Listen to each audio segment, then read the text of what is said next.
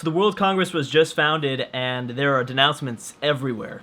And some very interesting wars just broke out. So, first of all, I want to make a comment that the World Congress was founded really late, turned 288. I don't know why that is. That's strange. Now, one thing I love about the 60 Civ mod here is that we no longer have to choose the Congress policies. Thank God. Oh my gosh, I hated that. I hated that with a passion, just having to click and click and click and just having to continue to enact, or I'm sorry, embargo city-states. Now it can be entirely AI only in the World Congress. Thank you. Oh my goodness. So Indonesians are trying to ban copper. Somebody that they don't like must have copper. And then the banning of Portugal. So it looks like the Indonesians and, wait, how does Queen Victoria, oh, I'm England. I've got 0 delegates. That makes sense. Queen Victoria and Indonesia must have the most diplomats. We can't see everybody here because there's just too many people in the World Congress. The game can't do all of it, but I think they all still get to vote. You just can't see all their icons. So big wars just popped up. The problem is that all these denouncements were made. Everybody just denounced everybody because now officially everybody knows everybody if they didn't know them before, which the world wasn't entirely. They didn't know everybody. So this is a big one, Ethiopia versus Arabia. And keep in mind, I did push the campaign by I think 2 or 3 turns. Ethiopia declared war on Greece. So they will be taking Argos very quickly. Right after that, there's going to be a very interesting war going on across the Red Sea.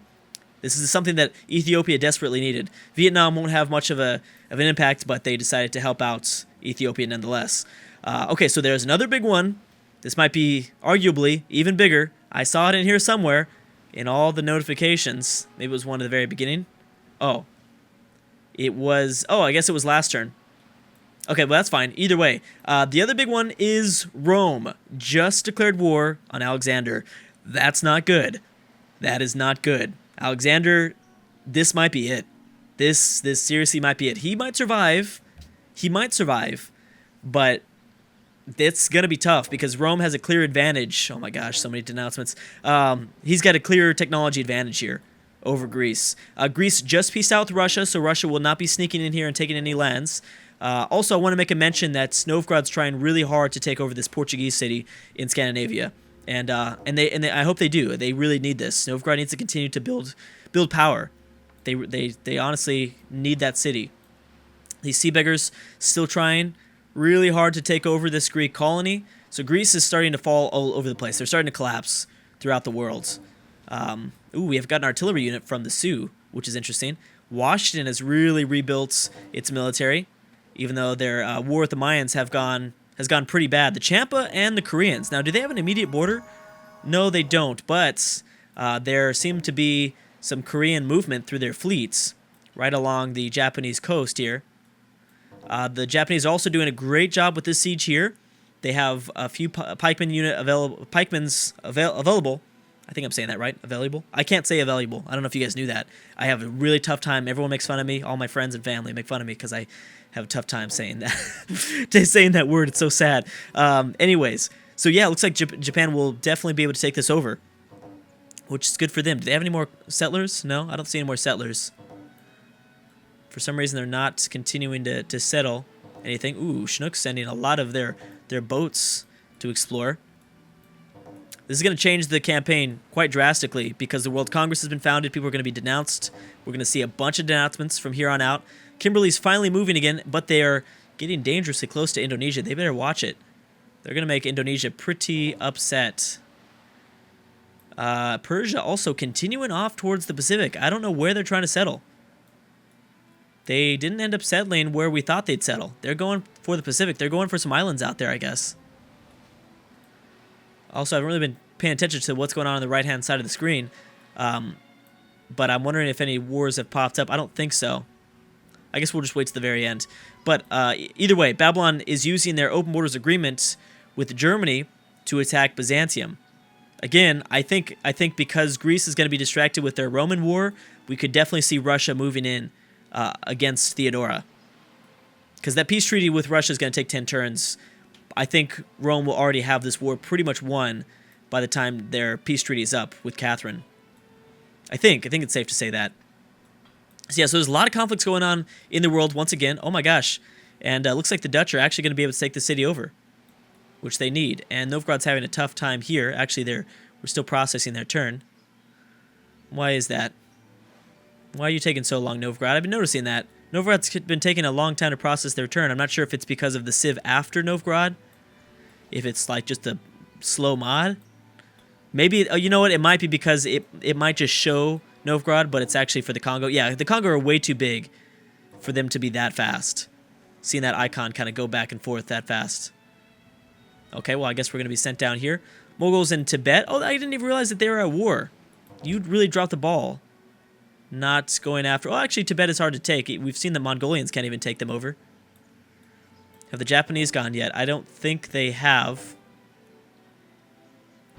I don't think they have. They've got melee units nearby. Now, I don't know if the Japanese will be able to take any more cities over after that. Maybe they'd have luck with possibly one more. But that's going to be a long journey that way, and you're going to be upsetting the Koreans. The Koreans who plan on invading the Champa. Actually, they might have a lot of luck doing so. I don't believe any wars. There's a peace deal, but no new wars. No, besides the Korean Champa War. We have Washington declaring war on Colombia. A lot of people have been declaring war on Colombia outside of South America. Colombia must not be doing very well. So we're going to see more wars like that, more global wars. Greece and Germany have peaced out. Greece and the Netherlands. Oh, you messed up, Dutch. You were so close. The Dutch were so close. And you peaced out for a city. Oh my goodness. That is interesting. Boom. Mongolia's second city has fallen to the Japanese. This is actually really good for Alexander because now the Roman army will be distracted by Rotterdam. Also notice that because they gave that city up in a peace deal, this city is going to keep its population. Rome is going to get this city at not a bad size. Yeah, not a very bad size at all.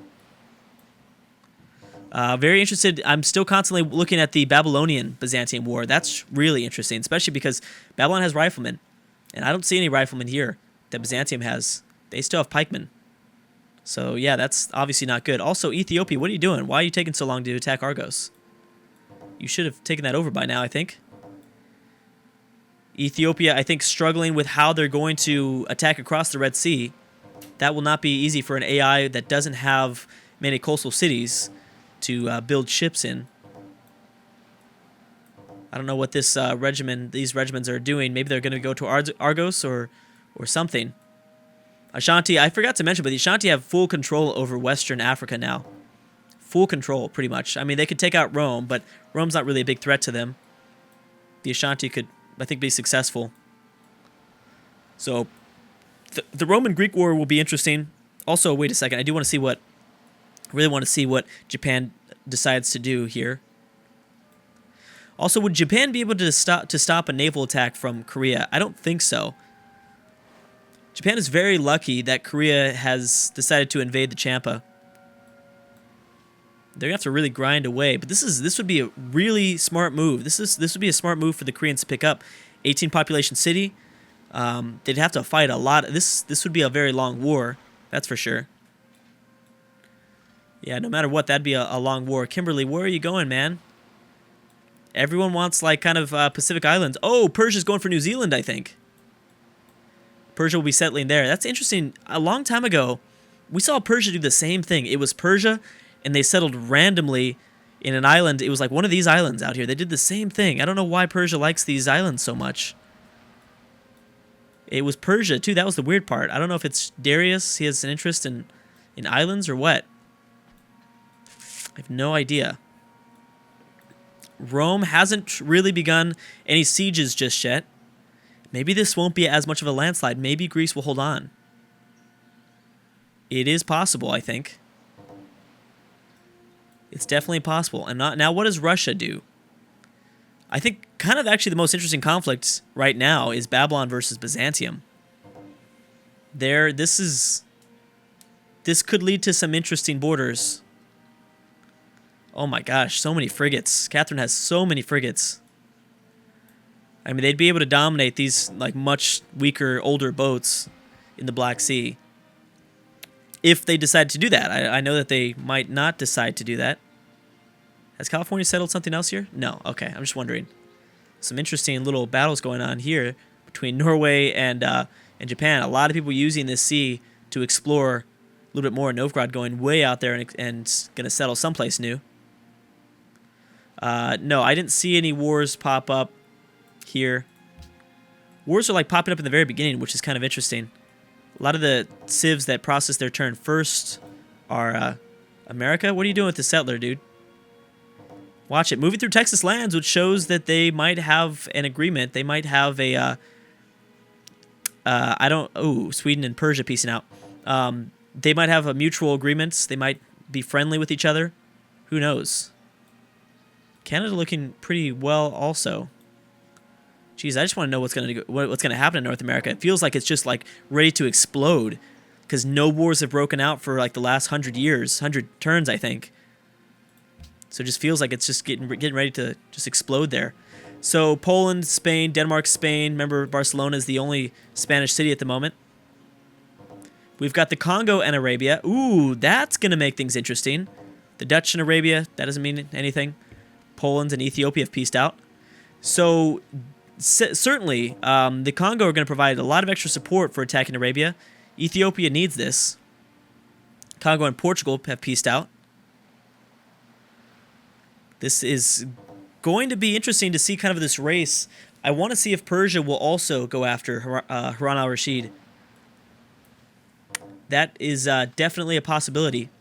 Another ideology. Australia chose freedom last time around, so that was kind of interesting. It might have been over the break. I'm not sure if you guys saw that. But yes, so that was the first freedom nation. And again, I don't know why this is not opening. Cultural overview window is not opening, which I guess I'm okay with. I mean, it sucks to lose out on more information there. I mean, it's got to be a result of the 60 civ mod, and I get that. I'm just happy. I'm grateful that I'm able to run 60 civs, so I'm not really complaining. I'm not really going to complain. So is Japan going to move down towards the next Mongolian city? At that point, they're going to have to stop, though. I think actually, they should probably just stop now. Stop while they're ahead.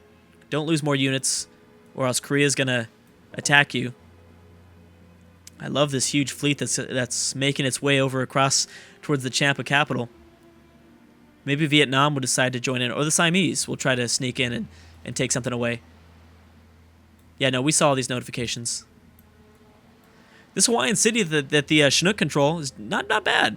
Not bad at 9 population. Look at that. That's pretty good. Obviously, these atolls help with little island cities. There it is. There's Persia City. Kimberley, have no idea still. Maybe they're going for the Philippines. I don't know.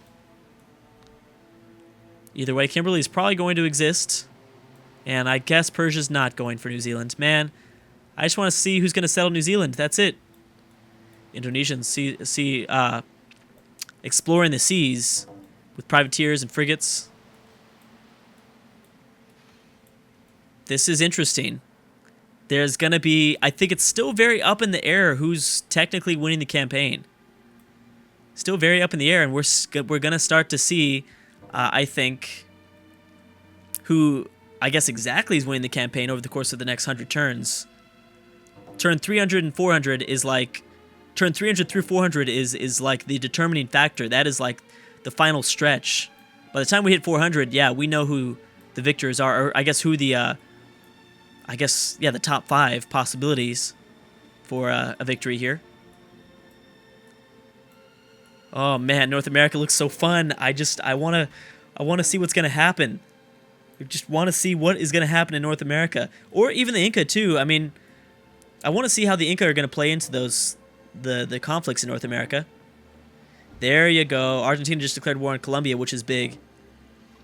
They will have a lot more luck here, I think, attacking Colombia than they did when they attacked Brazil.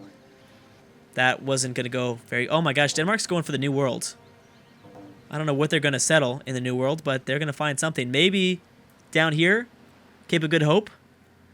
Maybe that's what they're going for. We've seen the AI do that exact thing. We've seen them do it. And man, just looking at the mini-map, at least in the old worlds, looking a lot cleaner. Except if you... Well, let's exclude Asia. But everything here looks kind of clean. Persia's borders are all over the place. But Africa looks good, and Europe looks pretty good. It's kind of crazy. Europe's going to actually look a lot better Rome doesn't even care about Rotterdam. That's kind of interesting. But look at all these units that they've built. Holy crap. Yeah, so they're... But here's the thing. The AI is going to have a tough time knowing which city to take. I don't think they're going to be focused on the right city. They'll be attacking both these cities at the same time, which is not good. Novgorod's at war with Greece, I think, right? I don't know. Novgorod getting closer and closer to taking this Portuguese city away. But will they be able to get it done? I don't know. 1 cannon range attack. City's only at 32 city defense, so it's not that strong. Yeah, it's gonna be tough. Turn 292. We see Australia piecing out with Germany. Still shocked that Germany still exists. And clearly Babylon has had a successful time attacking Byzantium. I know that they haven't really begun a siege just yet, but I'm seeing a lot less units under Theodora's control. Also, I don't know what's going on with Ethiopia. Ethiopia has still not been able to take over Argos just yet. The Congo are going to be able to launch... this is going to be an interesting assault on the Arabian Peninsula from both the Congo and Ethiopia. Ethiopia is going to lose this city, though. It does seem like they're going to lose this city. Ethiopia is slightly distracted, I think, by Argos. And whatever the heck they're doing with these units here. They need to be sending that to Harun al-Rashid territory. Notice they don't have open borders, so they're trying to, like, I don't know, snake their way through the Sahara Desert. Ethiopia is through Congo territory. The Ashanti, very quiet with what they're doing. I have no idea. But all of their units are surrounding their capital. I don't know what is going on. Really strange. I mean, I love it. It looks super cool. But I don't know what they're doing. I don't know what they're planning on doing. Maybe they're going to assault planning on assaulting the Congo. Something. Thing is, the Ashanti territory is just open for an attack. But luckily for them, I mean, they control most of Africa, and Rome won't be... Rome is too distracted in Europe. Yeah, Rome is trying 3 different sieges of 3 different cities. Greece might be able to still survive this yet. No new wars, right? No new wars. 1884. I still don't think we've been through kind of a world war just yet. And that's probably because we don't have enough global powers.